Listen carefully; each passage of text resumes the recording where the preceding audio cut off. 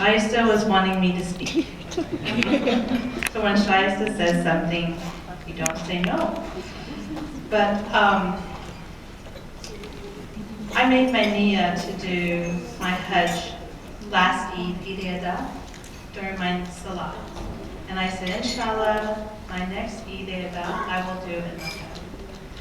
And alhamdulillah, I was able to do that.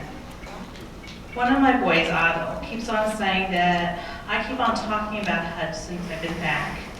And he says, you just keep on talking about it, you don't stop. And I think he's exaggerating a little bit, but I'll let you decide if you think I'm exaggerating.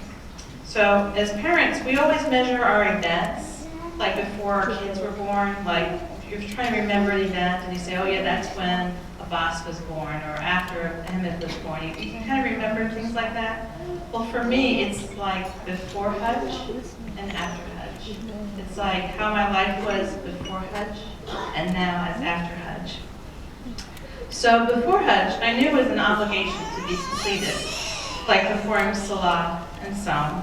And I also associated Hajj for myself with my husband's passing. For some of you know that he went on Hajj and he came back, and the very next day he passed away.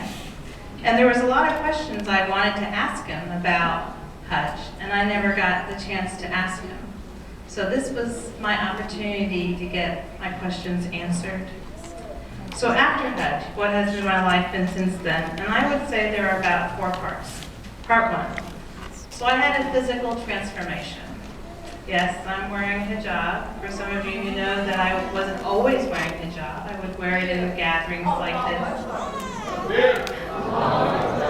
But now, since November 1, when I left, till today, alhamdulillah, I have been wearing a hijab.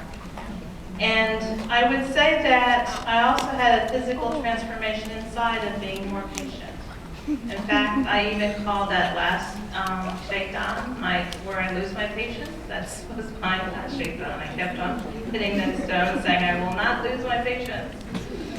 The second was the spiritual transformation. So I always knew about Allah's presence around me, but now I have this higher level of connection to Allah subhanahu wa ta'ala. And part 3, yes, I do want everyone to go to Hajj. Just like Adil says, Mommy, keep on telling everyone to go to Hajj. And I would say that with my husband's experience, that I know that we don't know how long we're going to be on this earth. And it's important that we do make it a priority in our life. Not to wait until your kids are married, or when you're retired, or until you make that next vacation, but make this the priority of your life. And lastly, I would say my part 4 is I really experienced the feeling of Ummah with the people on Hajj. Imagine that, 3.4 million people there, coming from all parts of the world.